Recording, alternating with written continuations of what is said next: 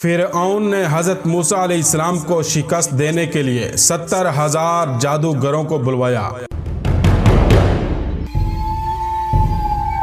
فرعون نے ان جادوگروں کو کیوں بلوایا تھا اور ان جادوگروں نے کیسے حضرت موسیٰ علیہ السلام کے ساتھ مقابلہ کیا، ان جادوگروں کا انجام کیا ہوا، ان تمام سوالوں کے جوابات آج ہم آپ کو اس ویڈیو میں قرآن مجید کی آیات اور روایات کی روشنی میں بتائیں گے۔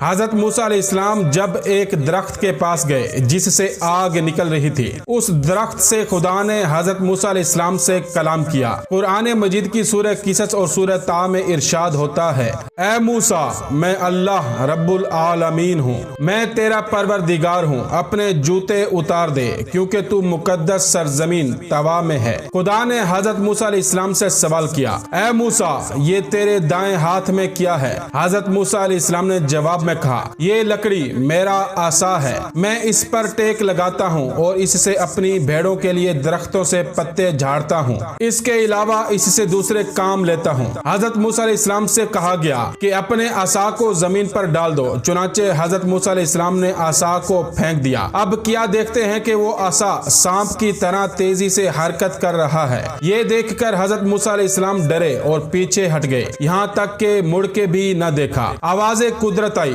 واپس آؤ اور نہ ڈرو، تو امان میں ہے، اپنا ہاتھ اپنے گریبان میں ڈالو اور باہر نکالو۔ حضرت موسیٰ علیہ السلام نے جب گریبان میں سے ہاتھ باہر نکالا تو وہ سفید تھا اور چمک رہا تھا اور اس میں کوئی عیب اور نقص نہ تھا۔ اس کے بعد حضرت موسیٰ علیہ السلام نے پھر آواز سنی جو کہہ رہی تھی کہ خدا کی طرف سے تجھے یہ دو دلیلیں فرعون اور اس کے ساتھیوں کے مقابلے کے لیے دی جا رہی ہیں، کیونکہ وہ سب لوگ فاسق تھے اور ہیں۔ تمہارا فرض ہے کہ انہیں جا کر نصیحت کرو اور راہ راست کی تبلیغ کرو، اور اگر وہ تمہاری بات نہ مانے تو ان سے جنگ کرو۔ حضرت موسیٰ علیہ السلام نے فرمایا، خداوندہ، میرے لیے میرے خاندان میں سے میرے بھائی ہارون کو میرا وزیر اور مددگار قرار دے۔ خدا نے حضرت ہارون علیہ السلام کو بھی نبوت پر فائز کر دیا، اور یوں 3 دن کے بعد حضرت موسیٰ علیہ السلام ہدایت فرعون کے لیے حضرت ہارون علیہ السلام سمیت نکل پڑے۔ فرعون کے قصر تک پہنچنا بھی ایک مشکل کام تھا، کیونکہ اس کے گرد بے شمار رکاوٹیں تھیں،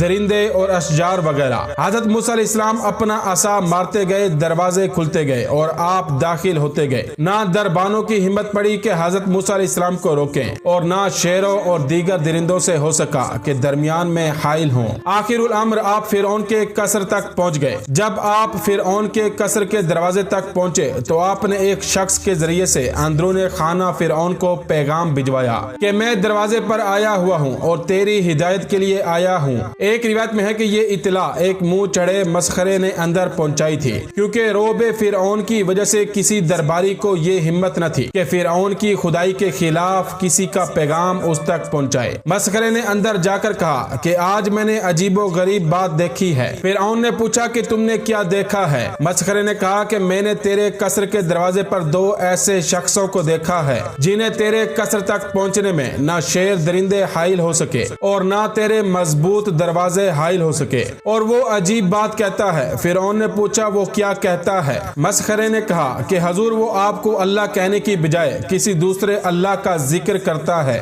اور کہتا ہے کہ ہمارا خدا وہ ہے جس نے ہمیں اور فرعون کو اور ساری کائنات کو پیدا کیا ہے۔ یہ سننا تھا کہ فرعون آگ بگولا ہو گیا اور حکم دیا کہ دربار میں حامان اور دیگر ارکان موجود ہوں۔ جب دربار میں سب لوگ موجود ہوئے تو حضرت موسیٰ علیہ السلام اور حضرت ہارون علیہ السلام کو باہر سے اندر بلوایا اور حضرت موسیٰ علیہ السلام کو ڈانٹ کر کہا کہ تم کون ہو؟ حضرت موسیٰ علیہ السلام نے فرمایا کہ میں خدا کے بندوں میں سے ایک بندہ ہوں، اس نے مجھے خاک سے پیدا کیا اور آخری منزل بھی خاک ہی قرار دی ہے۔ فرعون نے کہا کہ میں تمہیں پہچانتا ہوں اور تم سے پوچھنا چاہتا ہوں کہ تم کو ہو کیا گیا ہے اور تم کیا کر رہے ہو؟ اے موسیٰ، تمہیں شرم نہیں آتی کہ ابھی کل کی بات ہے کہ تم ہمارے گھر میں پرورش پا رہے تھے، پھر تم نے ایک قبطی کو قتل کر ڈالا، پھر تم یہاں سے بھاگ کر روپوش ہو گئے، پھر مدین میں مزدوری کرنے لگے اور ایک شخص کی بکریاں چرانے پر ملازم ہو گئے، اور اب ایک عرصے کے بعد واپس آ کر بلند آواز سے دعویٰ کرنے لگے ہو اور میرے علاوہ کسی اور خدا کی خبر دے رہے ہو۔ موسیٰ سنو، خیر اسی میں ہے کہ تم میری خدائی کو مان لو اور بہکی باتیں نہ کرو۔ حضرت موسیٰ علیہ السلام نے فرمایا کہ اے فرعون، ہوش کے ناخن لے، خدائی صرف خدا کے لیے زیبا ہے، اس کے علاوہ جو دعوے خدائی کرتا ہے وہ سخت غلطی پر ہے۔ اور اس کا انجام اچھا نہیں ہوگا اور وہ آخر الامر برباد ہو کر رہے گا۔ اور اے فرعون یہ بھی سن لے کہ میں نے پہلے ترک مصر تیرے ظلم کی وجہ سے کیا تھا، کیوں کر تو نے قبطی کی موت کی وجہ سے مجھے موت کے گھاٹ اتارنے کا فیصلہ کیا تھا، حالانکہ تیرا یہ فیصلہ بالکل غلط تھا، کیونکہ میں نے اس قبطی کو با ارادہ قتل نہیں کیا تھا بلکہ با ارادہ فتنے کو دور کرنے کے لیے مارا تھا، مگر وہ اتفاقاً مر گیا، لیکن تو نے اس کے عوض مجھے قتل کرنے کا فیصلہ کر دیا تھا۔ بہرحال میرے کہنے کا مطلب یہ ہے کہ میں یہاں سے روانہ ہو کر امان خدا میں چلا گیا اور مدین میں دن گزارتا رہا، یہاں تک کہ خداوند عالم نے مجھے درجہ نبوت پر فائز فرما کر مجھے حکم دیا کہ میں تیری ہدایت کروں، اور اے فرعون اسی مقصد کے لیے تیرے پاس آیا ہوں اور تجھ سے کہتا ہوں کہ وحدانیت کا اقرار کر، میری نبوت کو مان، بنی اسرائیل کو قید سے رہا کر دے اور ان پر مظالم سے باز آ۔ فرعون نے کہا کہ بس زیادہ باتیں نہ بناؤ ورنہ میں تمہیں قید میں بند کر دوں گا اور پھر کبھی نہ چھوڑوں گا۔ حضرت موسیٰ علیہ السلام نے فرمایا کہ اے فرعون بس خدا 400 سال تجھے ڈیل دے چکا ہے اور اب ڈیل نہیں دینا چاہتا۔ یہ کہہ کر آپ نے اپنی نبوت کے ثبوت میں اپنے عصا کو زمین پر ڈال دیا۔ عصائے موسیٰ کا زمین پر پہنچنا تھا کہ وہ ایک عظیم اژدہا بن گیا، اس کے منہ سے آگ کے شعلے نکلنے لگے، اس کی آنکھیں انگارے کی طرح چمکنے لگی، اس کی ناک سے دھواں نکلنے لگا، منہ سے مہیب آواز نکلنے لگی۔ غرض یہ کہ ایسی صورت پیدا ہو گئی کہ سارے دربار میں ہلچل مچ گئی۔ اژدہا جس طرف رخ کرتا تھا ہر چیز جل کر خاکستر ہو جاتی تھی۔ بالآخر اس نے فرعون کی طرف رخ کیا۔ فرعون نے جو ہی اس کا رخ اپنی طرف دیکھا منہ کے بل گر پڑا اور فریاد کرنے لگا کہ موسیٰ بچاؤ، موسیٰ بچاؤ۔ حضرت موسیٰ علیہ السلام نے با اشارے خداوندی عصا کو ہاتھ میں اٹھا لیا اور وہ پھر ڈنڈا بن گیا۔ بے روایت روزۃ الصفا اس ہیبت سے فرعون کو ایک دن و رات میں 40 دست آئے۔ پھر حضرت موسیٰ علیہ السلام نے اپنی نبوت کے ثبوت میں ید بیضا دکھایا اور کہا کہ اے فرعون اگر تو میری ایک بات مان لے تو میں تیری زندگی کے لیے خدا سے 4 باتیں منوا لوں گا۔ اس نے پوچھا کہ تمہاری باتیں کیا ہیں؟ حضرت موسیٰ علیہ السلام نے فرمایا کہ ہماری بات تو یہ ہے کہ خدا کی وحدانیت کا اقرار کر اور اس کی عبادت کے لیے سر جھکا، اور 4 باتیں جو تیرے لیے ذکر کر رہا ہوں یہ ہیں: نمبر 1 تجھے ہمیشہ کے لیے جوانی مل جائے گی۔ نمبر 2 تجھے ایسی بادشاہی مل جائے گی جسے کوئی چھین نہ سکے گا۔ نمبر 3 تجھے ایسی تندرستی دے دی جائے گی جس کے قریب بیماری پھٹک نہ سکے گی۔ نمبر 4 تجھے جنت نصیب ہو جائے گی۔ فرعون نے حضرت موسیٰ علیہ السلام کے جواب میں کہا کہ میں تمہاری ان باتوں پر اہل رائے سے مشورہ کروں گا۔ چنانچہ اس نے اپنی بیوی آسیہ سے سب سے پہلے مشورہ کیا۔ انہوں نے کہا کہ کون عاقل ایسا ہوگا جو موسیٰ کی بتائی ہوئی نعمتوں سے روح گردانی کرے گا۔ اس کے بعد دیگر سرکاری عہدے داروں سے مشورہ کیا۔ انہوں نے کہا کہ اب کسی کے سامنے سر جھکانے کا کوئی مطلب نہیں، عرصہ دراز سے لوگ تیرے سامنے سر جھکاتے رہے ہیں، اب اگر تو نے کسی کے سامنے سر جھکا دیا تو یہ بہت بری بات ہوگی۔ اب رہ گیا حضرت موسیٰ علیہ السلام کا مذکورہ چیزوں کے متعلق وعدہ،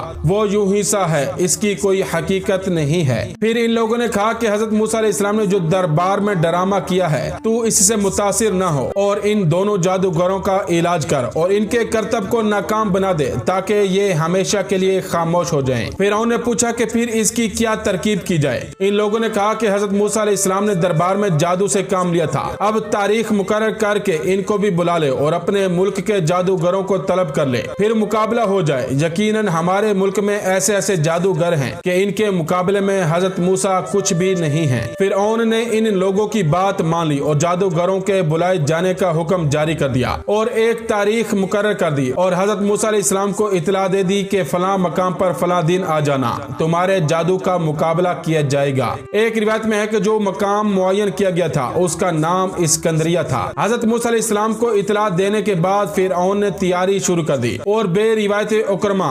70,000 جادوگر سارے ملک سے طلب کیے، پھر ان میں سے 1,000 منتخب کیے، پھر ان میں سے 80 کو منتخب کیا۔ ان جادوگروں نے کہا کہ ہم اس مہم میں موسیٰ پر یقیناً غالب آئیں گے۔ اے فرعون یہ بتا کہ اگر ہم غالب آ گئے تو ہمیں تیری طرف سے کیا ملے گا؟ فرعون نے کہا کہ ہم تم لوگوں کو سلطنت میں بڑے بڑے عہدوں پر فائز کریں گے۔ ایک روایت میں ہے کہ فرعون سے یہ باتیں ان 4 بڑے جادوگروں نے کی تھی جن کے نام یہ ہیں: سابور، آرور، حتوت، مصفا۔